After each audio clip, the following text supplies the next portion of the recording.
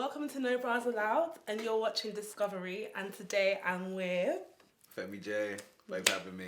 Nice to meet you, Femi. You call yourself Flower Boy, Femi, sometimes, though. I am a flower boy, yes You are a Flower Boy. Yeah. Did you watch Ben the Flower Pot Man? Never, haven't watched that show ever. Okay, it was actually quite good, you know. Okay, then. Missed out on your childhood.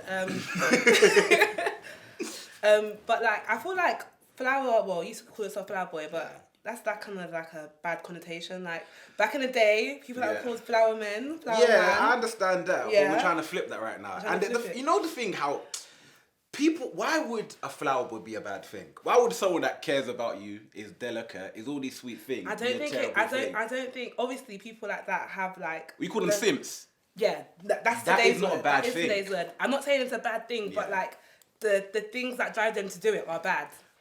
Because you can see someone's not interested in you and you're doing the most. But that's not the point of being a flower boy. That's being a creep. There's a difference. between. That's being a creep. So, a flower boy is someone who's just, I say, in touch with your feminine side, has a balance of both. What is a feminine side for a man? What is that? It's being in touch with the stuff that isn't conventionally associated with being a man. For example? So there is other things that a man who is caring, a man who's in touch with his emotions, a man who's okay with sharing his innermost feelings. It's not manly. Apparently only women can do that. I don't believe that. I think that's unhealthy.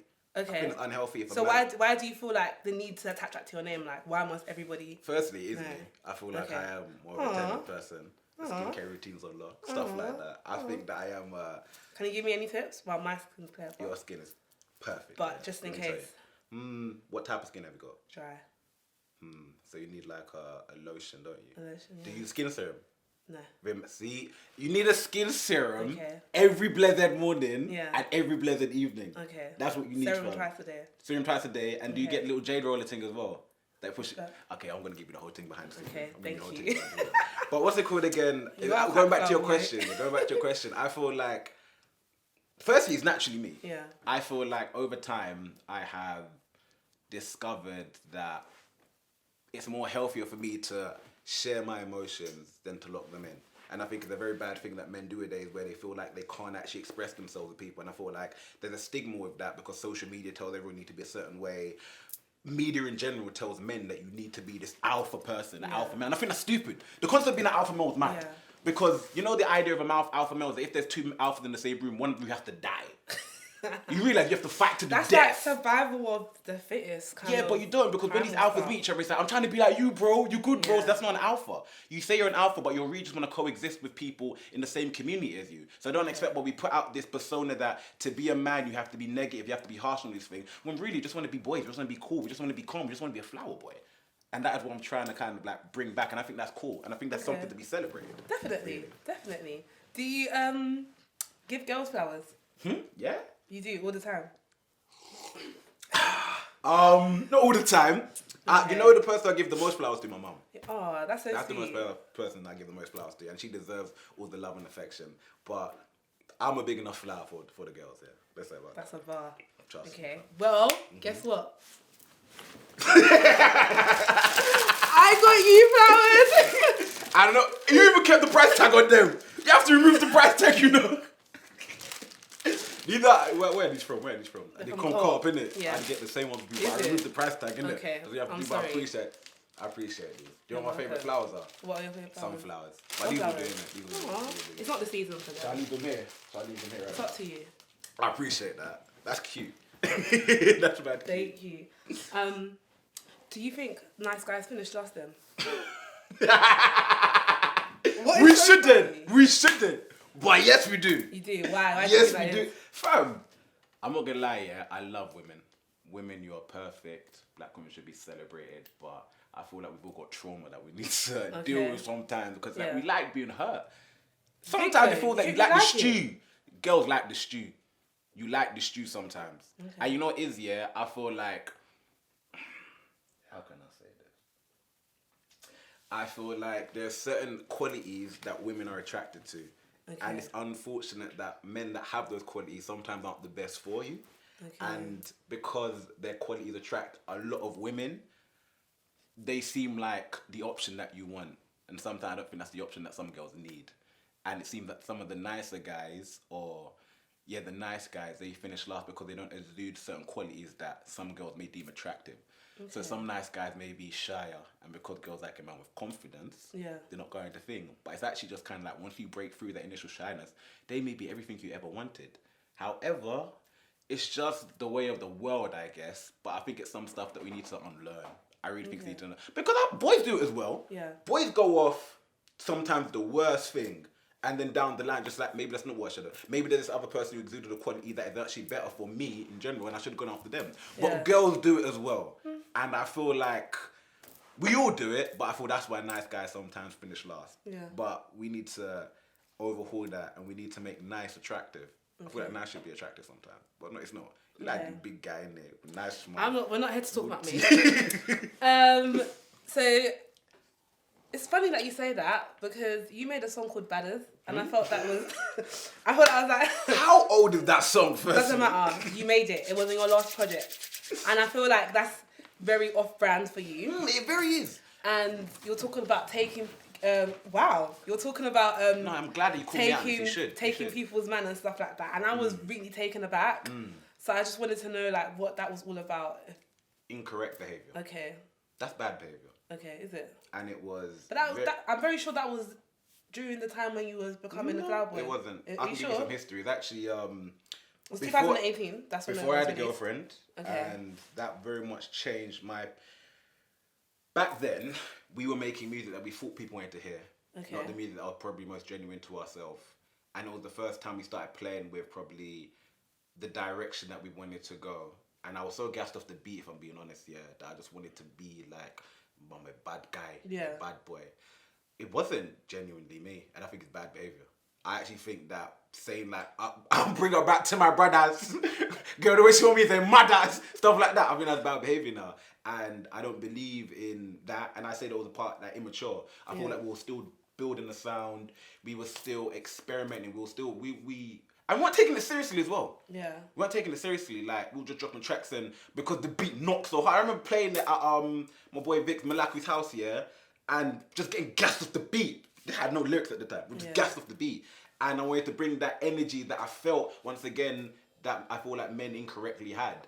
But then once I developed a bit more, you can see that the sound, the brand, the direction completely changed in a different direction. Yeah. Because people make mistakes and we have to update our software and move and then call it out. Update your software. We do. We have to update our software and then we have to actually be like, no, I was wrong back then. Yeah. You're right. Thank you. Yeah. That's why I turned towards you. Thank you for that. Thank you for the apology. I shouldn't have been like that. Okay, so that was the old you. I didn't know you were going to bring that up. You done your Googles, fam. Okay, then.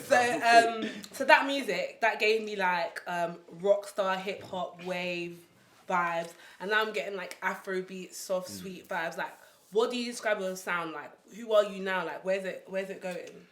I would describe it as Afro R&B. Okay. That's what we've been calling it. Yeah. I'm describing it as celebration. It's weird because everything you hear now is a representation of what I was when I recorded it. So stuff that we hear now is actually kind of like probably 8 months to 9 months old, and that was when I freshly came. Do you change that much?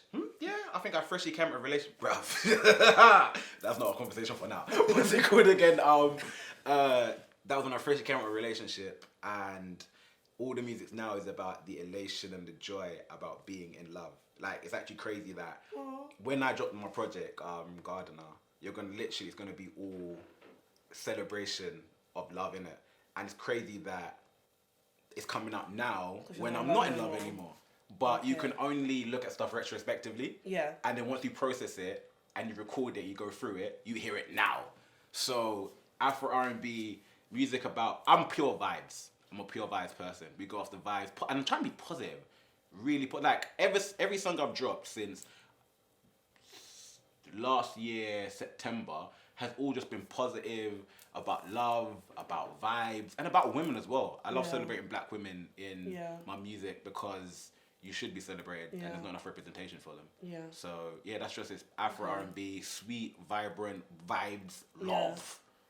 I guess a lot of people are taking to it now because you've done like over 100k Spotify streams on the pull up. Thank you, I appreciate and like YouTube views are through the roof as well. And what was so funny is I actually went out last week, and on the way there I let my friend take the aux or Bluetooth, and she paid pull up, and I was like, oh, do you know him? And she was like, no. I was like, oh my God, that's so cool. Because for me, when other people are playing music for people that I don't know or nothing, that to me, like, it's done the rounds, innit? So, like, how do you feel about, like, how well Pull-Up's done? And what are you going to do to make sure that the trajectory just stays up? Like, it's not just the one hit. You know what? It's thank you. That's such a very nice thing to hear as well. I appreciate that. And that makes me glow inside because this is the first time I'm getting positive feedback from so many different places. Like, I'm getting messages on Instagram. I'm getting people like I never expected anyone to spot me in real life. Yeah. But on a couple like events, listening events, someone just said, I know about you. Yeah. And I was like, huh?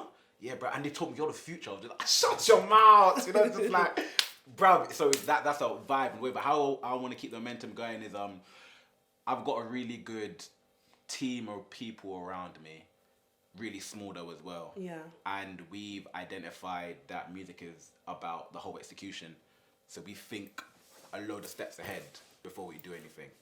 Like your friends with Jide, he would tell that I plan stuff ahead in advance. Like planning is so important for us, young guys out there. Planning is so important. Knowing how to position your music and identifying where people are most likely to like your music is very important as well. Okay. And executing all of it. Like even right now, I keep talking to Malachi about things and like telling him what we're gonna do in the future and where we're gonna go and where we're gonna play stuff. You think this is good, then nah, what we're gonna do. Yeah. But it all starts from now. Yeah. It's not just, oh, bro, I'm gonna keep dropping music, fam. Nah. Yeah. It's not just about that. It's about we're building up the catalogue, we're building up music, and then what we're gonna do. Who we gonna get on it? What's the best placement? Maybe I send it to this person beforehand and then keeping it going, but not dropping the momentum. I've kind of got a rule that I want to be dropping consistently enough to feed and grow the core.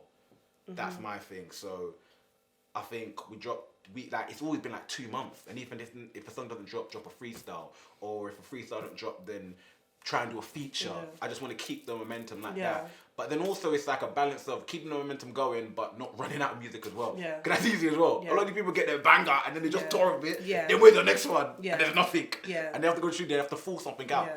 I want to always be in the studio and making stuff, and then just being authentic and keeping on this path that I am, because now I feel like I've found my direction and my sound. I want to, because it's like now I've just entered the game.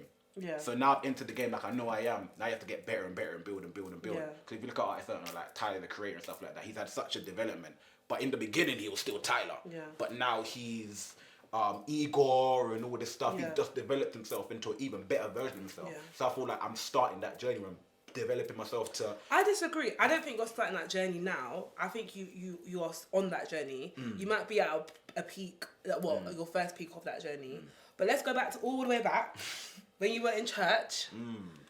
How many instruments did you play? I was mainly the bass. My dad, I had a musical family. Yeah. So my dad forced us to play instruments. I would love that. Fire. You would have loved it. No, I did. I got not forced, but I was strongly encouraged to play the piano. See, the difference between strongly encouraged and forced. My dad sat me on that chair minimum 2 hours. Then what happened? You know what happened. You know exactly what happened. I remember my fingers were pulsing from doing my practice. Over again, running it. And even though I hated it at the time, I'm so glad that I have that musical background, because I feel like even my melodies now are from like the bass guitar. Yeah. And I've got because I started off rapping, but I've had that bass fully through, like how the bass is the most kind of like, it's the most important, to me, I feel like it's the most important instrument. It's the bridge between the percussion and the keys, and it also has the momentum and the pace that keeps the church going. Like you can feel them. Like when the bass is loud and doing what it's supposed to do it thing. So do you still go to church? Yeah, I still go to church. Do you still play? I don't play the bass. They're much better bassists than me now. Okay. They're much better bassists than me, because I didn't continue playing it in uni. So he allowed you from that point. Yeah. And in uni, like there was less church because of the thing, but we started getting back into it. But I was playing the bass. I could play a bit of drums. Yeah, that's a shame. I was gonna tell you to that, because you know how your whole family's music. I was gonna be like, why didn't you not start a band? Because a lot of them didn't want to actually play the game. I'm gonna force my kids. My sister didn't want to play drums. My brother didn't want to play clarinet. I didn't want to play the bass. Do you know how an African parent making the child play the clarinet? Because my dad just wanted him to play something. They recorded the triangle, anything, bro. Just wanted him to play. That's so cool. Give me a second. That's calm. Ding ding. Shut up. Okay. are you looking at? And look at your hair. Is this dreadlocks? Or is it No, twists? it's twists. Extensions? It's twists, huh? Oh. Say that again. Extensions, expression. Huh? Expression. Yeah, it's twists, you know. Like I like when they twist my hair. So when does your hair go all the way? Okay, yeah. Let's get something straight about this, yeah.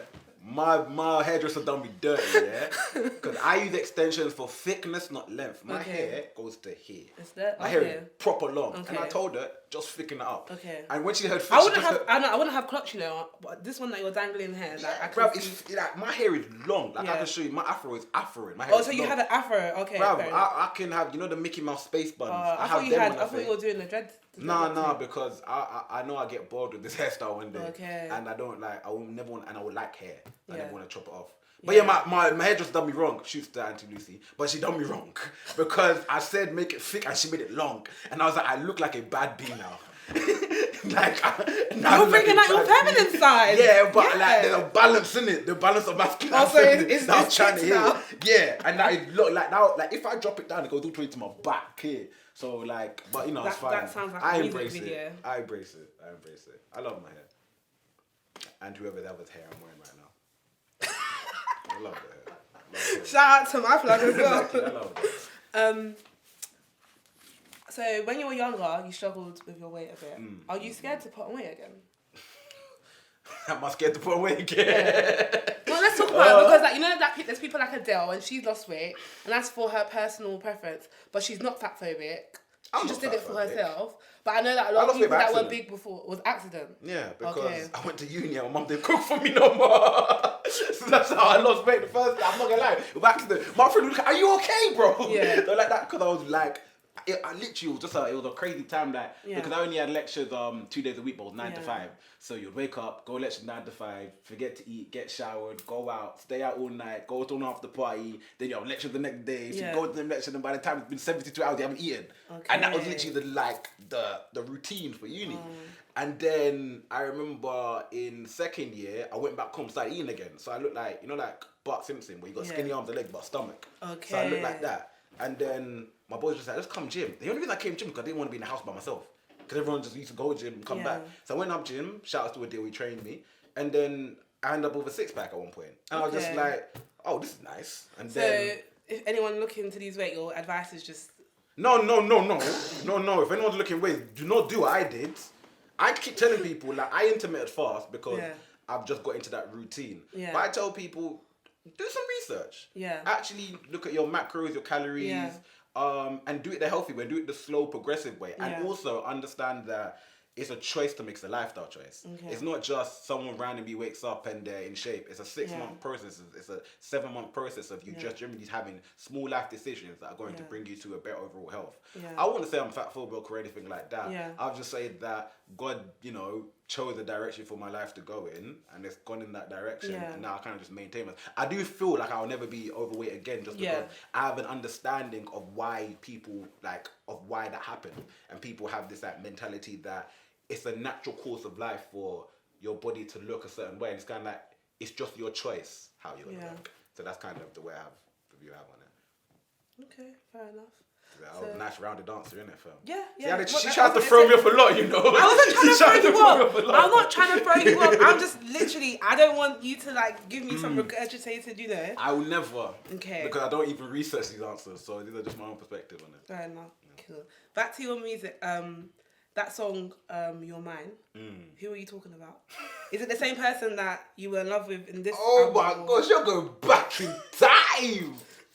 I don't even want to say who it's about, because she don't deserve to know it's about her, fam. She don't deserve to know it's about her, fam. Oh, I'm such a waste man when I done that song, fam. I'm such a waste man. This girl had... Oh, waste man. No, I was a waste man. Let me tell you, I remember... So wait. What's the difference between you being a waste man then and your feminine side now? Because there's a difference between a waste man and feminine, innit? There's a difference. A waste man is like... Okay, then. Sorry. Let me reel it back in for a second. Let me reel it back in, yeah? I was naive. I was naive to what a particular woman was making the social dynamic to be like. I believe in accountability, innit? I believe that two people are accountable. Someone can string you on, but then there's also accountability for yourself that you can allow yourself to be in a situation that isn't benefiting you. I can only talk about my own social responsibility on that particular situation. That's why I say myself. I was a waste man for not understanding the situation for what it was. I'm leaving it. It was about a particular girl. If you listen to the lyrics, yeah, they are simple. So why? Do why? Always manage to convince myself you're mine. That's potent. Why do I always manage to convince myself you're mine? He sounds like he's listening to it right now. Because he knows exactly what I'm talking about. Black has been there since the jump, bro. He knows exactly what I'm talking about, bro. There was, don't we have chemistry? Don't we have history? Black is on the second verse, and I helped him write his lyrics because there's something you need to get out for me in this one. It's about a particular girl. I hope she never knows it's about her, but it is about her. And it was about me convincing myself a girl was mine who was not. She was not. She was another person. She used to talk to me about the other person. And I was like, oh, really? Oh, yeah, really? Okay. Bruv, I went to get a chicken one time. Oh, bruv, I don't... Next question. Okay, on the more positive note, you always celebrate black women. You always make sure that... Shout outs to her though. She's a black queen. She's a black queen. Continue. Oh, you always celebrate black women. You make sure like all shapes and sizes are represented in like your music videos. I'm still on her for 1 second. Wait. Okay. Let's go. Yeah. So you celebrate black women. And you make sure that all shapes and sizes and shades are represented. Yeah. Why do you think that you need to push that narrative and make it known? Do you have to get deep already? You don't have to get deep. Nah, okay, this has to be said. I reckon that colorism plays a factor in how we... media, in general. I personally feel that I've been socially programmed. When I was younger, I was bullied for being darker. So I think in a reverse manner that happened, that I started to idolise light-skinned people in general because to me, that was made to seem like, oh, you're ugly because you're dark. So that must mean that they are pretty. And I feel that stayed in me for a while. Even in the way that I started to, in uni, look at people or notice certain type of people first. And then, because I've been therapy before, I've got social anxiety, I've been therapy, I've done all these things to try and build on myself as a person. And one thing I clocked is that you notice some type of people first. And that's something that I have to unlearn. I have to be undealing. But what I don't want is that if I can help like my kids and I have to do the same thing, then that's what I'm going to do. Because I, like, in a sense, I've already been scarred, if you know what I mean. And the only thing you can do is try and heal the scar. I don't even want my kids to be harmed in the first place. So if I can create visuals to even the playing field, because it's not even like celebrating, it's just evening. They've been put down so much that now it's even celebrate. Oh, you're putting black. It should have just been the norm.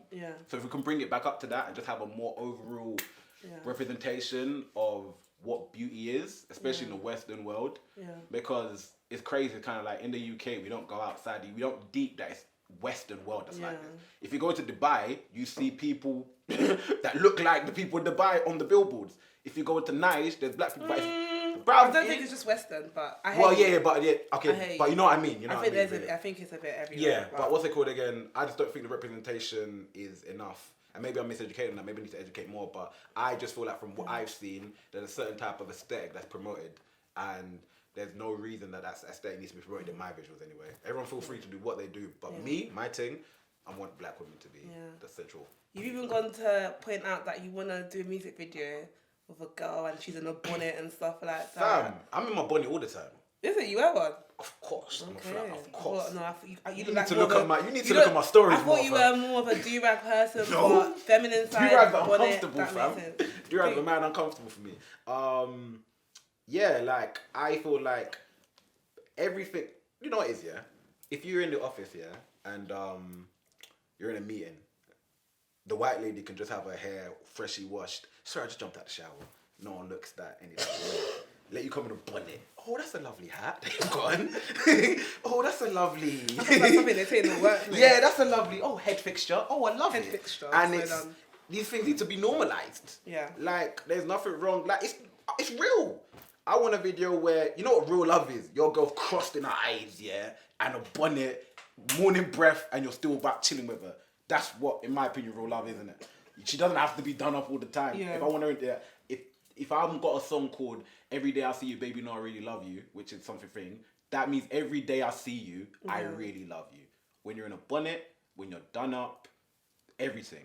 So I feel like that is just an authentic to what the message I'm trying to put out there. So yeah, you'll see a video with a girl on a bonnet and she'll be looking bad as well. Natural beauty is beautiful. Okay. Tell me something that happened in Amsterdam that you didn't put in your music. What? Amsterdam? Yeah. What did we do in Amsterdam? I didn't even smoke. I just backed it. And you threw up and you said you never smoking again. Oh yeah. What song is she talking about? She's talking about Charlie and them. The time. Yeah. Sounded like a lot happened, and I didn't get anything juicy out of it, so I want something now. I don't smoke for a reason. I smoke for a reason. Long story short, the first time I ever smoked, I thought I saw Jesus Christ.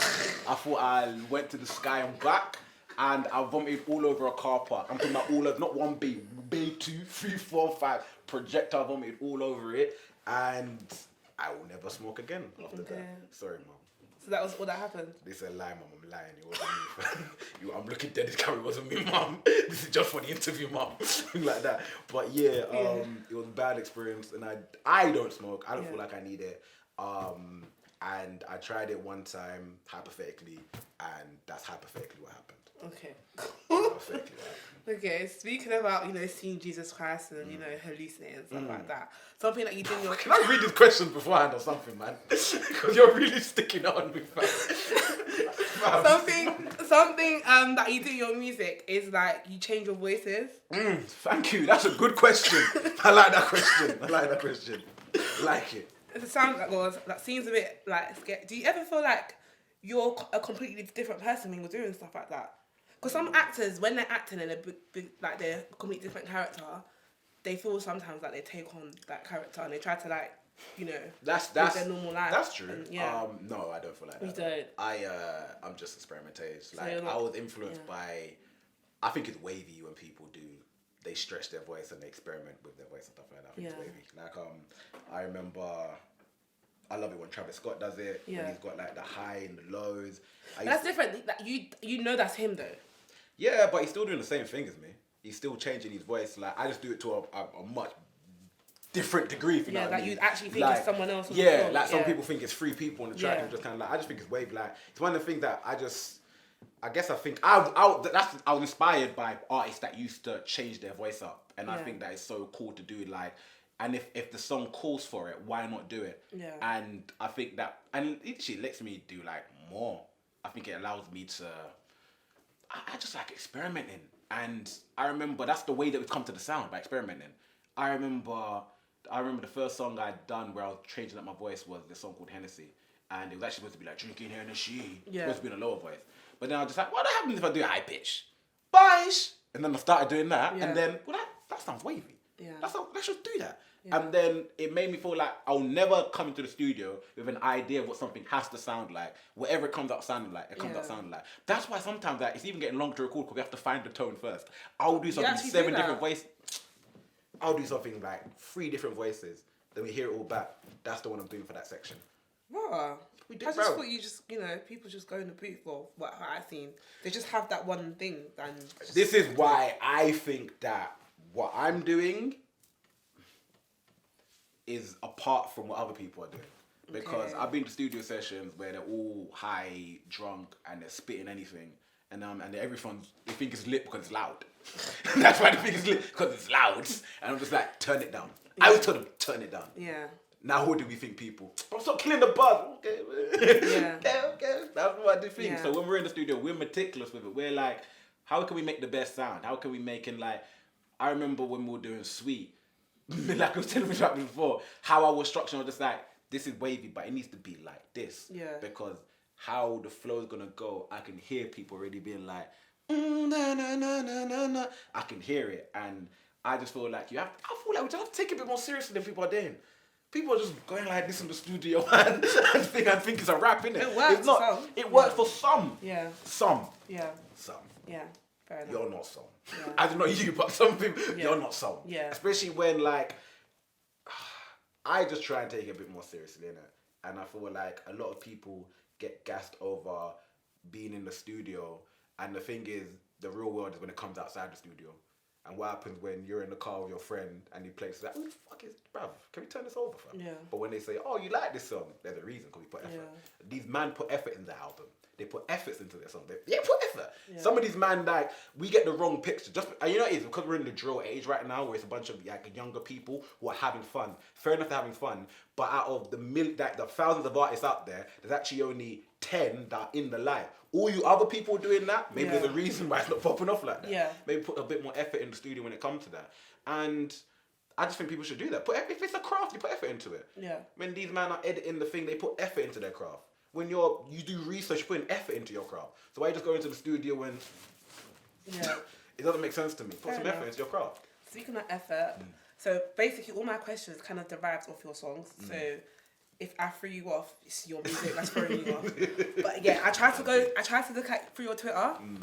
So you created Twitter in 2011, but then in 2021 you're asking people how do you use this, which I found so funny. But then I scrolled down a little bit and I realised that you don't really like saying things, like typing things out loud because you suffer from dyslexia. Yeah. Do you think that ever affects your music, like when you're writing and stuff like that? Good question. I'm surprised you can understand my WhatsApp messages, if I'm being honest. Really? Yeah, because... You know what? I thought... I used to think I suffered it a little bit. Well, that's more numbers. But I have friends that are dyslexic and stuff, and I feel like I just see it as typos and yeah. I'm dyslexic. Like, I'm bad. Yeah. Like, a word is jumbled on a page and then I have to slap myself and be like, no, read from left to thing. Yeah. I'm more of a vibe, like, how I usually write is with sounds first rather than actual thing. Yeah. So, like, if you go through my phone, you'll see, like, myself from, like, a downwards angle going, blah, blah, blah, blah, blah, into my phone. Okay. So, I'm more of I record what I want to do more than write it. Okay. So literally, if you see my song notes, it'll be like 4 lines and then a voice note of me doing it, and I'll listen back to the thing. Sometimes the lyrics aren't even matching what I'm actually saying, but it's like that. So my life, even though it does revolve around word because I'm a lyricist. Yeah. You don't need to write down lyrics. You can say and stuff like that. Yeah. So that's how I kind of get around that. And that's really interesting. Yeah, I'm more of an audio person than I write down. But I do still write down stuff like Daniel's always on to me. We need your lyrics on Spotify, fam. Like, write down the lyrics. So I'm having to listen back to what I think and type them out. Apparently, like sometimes other people can do it for you. Yeah, sometimes other people do it for me, but they get it wrong. Not for you in general. But like for example, I remember Gig saying that we should never ever read his lyrics on Spotify because it all lies and fake. So I didn't know that artist actually does it themselves. It depends. Someone either in your team can do it, or sometimes, say a rap genius, anyone can do it. And I remember like people used to write the lyrics for like, I got a song called Student Life. It was all wrong. It was all wrong. Yeah. Like wrong. Like I was just like, I must not be like what's the word? I'm audible. I must not enunciate. Yeah, because they get it wrong. Yeah. But when it's me, that's I think it's so easy. The way people sing and the way people talk is not the same. Especially with me. Especially with me. But I try and enunciate stuff like I like having a lisp. Okay, I got a lisp as well. I love having a lisp, innit? You know, Chris Brown has a lisp. I don't think I actually great people internalized that. Is he great? Continue. Okay. Continue. So positive vibes, a lot of love or past love is coming in your next project. When is it coming out? It's cold. I'm not a date set, but summer next year. Okay, so I want people to be listening to this as they're on the way to the barbecue. Okay. I've got this vision in my head. Yeah. That